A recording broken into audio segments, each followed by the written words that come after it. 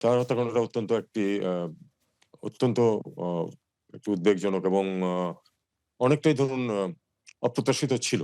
পশ্চিমবঙ্গের সাবেক মুখ্যমন্ত্রী মমতা বন্দ্যোপাধ্যায় সম্প্রতি দাবি করেছেন যে বাংলাদেশের একটি হত্যা মামলার আসামি ভারতের মেঘালয় থেকে পশ্চিমবঙ্গে প্রবেশের পর পুলিশ তাকে গ্রেপ্তার করে। ভারতের স্বরাষ্ট্রমন্ত্রী কোট আনকোট দেশের স্বার্থে এ বিষয়ে মমতার নেতৃত্বাধীন তৎকালীন পশ্চিমবঙ্গ সরকারকে মুখ খুলতে নিষেধ করেন। মমতা এই প্রসঙ্গে আরও বলেছেন যে কোট আনকোট কাকে দিয়ে খুন করিয়েছিলেন, কার কার নাম বেরিয়েছিল সবটাই জানি, লিখেছে দৈনিক প্রথম আলো। তো মমতা বন্দ্যোপাধ্যায়ের এই বক্তব্য আপনার বিবেচনায় কতটা তাৎপর্যপূর্ণ? আমরা এটুকু আগে থেকেই জেনেছি যে আ হত্যাকারী ভারতে পালিয়েছে এবং তাকে পরে গ্রেফতার করা হয়েছে। এটুকু জানা আছে আমাদের।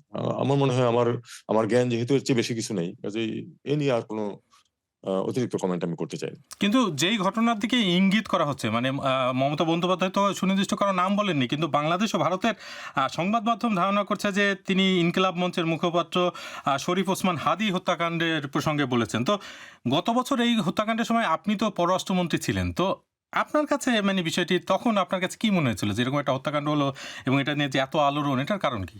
দেখুন, এটা আসলেই একটা অত্যন্ত আলোড়ন সৃষ্টিকারী হত্যাকাণ্ড ছিল। যেকোনো হত্যাকাণ্ডই আমরা তো কনডেম করি। কিন্তু বিশেষ করে ওসমান হাদি যে একটা আ অবস্থানে ছিলেন, আ এবং তার এক ধরনের গ্রহণযোগ্যতা ছিল বেশ একটা বড়সড় অ অ মানব গোষ্ঠীর কাছে আমাদের দেশে।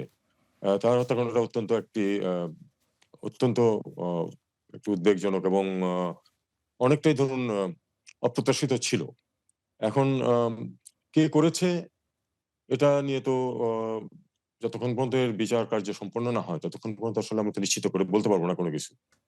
এখন কাদা ছড়াছড়ি চলতে পারে অথবা যারা কিছু জানে তারা হয়তো কিছু বলতে পারে। কিন্তু আমাদের কাছে কোন প্রমাণ নেই যে কে করিয়েছে অথবা আ কিভাবে করিয়েছে সেটা তো আমরা জানি না। এই মানে হত্যাকাণ্ড যেটার অনেক রকমের তথ্য প্রমাণ তো দেখা যাচ্ছে, সিসিটিভি ফুটেজ দেখা যাচ্ছে, সম্ভাব্য খুনিকে সেটাও জানা যাচ্ছে। কিন্তু তারপরেও এটার মানে সুরাহা হওয়াটা এত জটিল কেন? সুরাহা হওয়া জটিল দেখুন, আসলে কোন হত্যা মামলায় কি এত তাড়াতাড়ি নিষ্পত্তি হয় না। তার থেকে বড় কথা হচ্ছে যে আসলে এখানে আ মোটামুটি নির্দিষ্ট অনেকটা করতে পেরেছে। কিন্তু তাকে তো বাংলাদেশের আইনের হাতে যদি থাকতো সেই ব্যক্তি হয়তো নিশ্চিন্ত প্রমাণ পাওয়া যেত অথবা যেত না।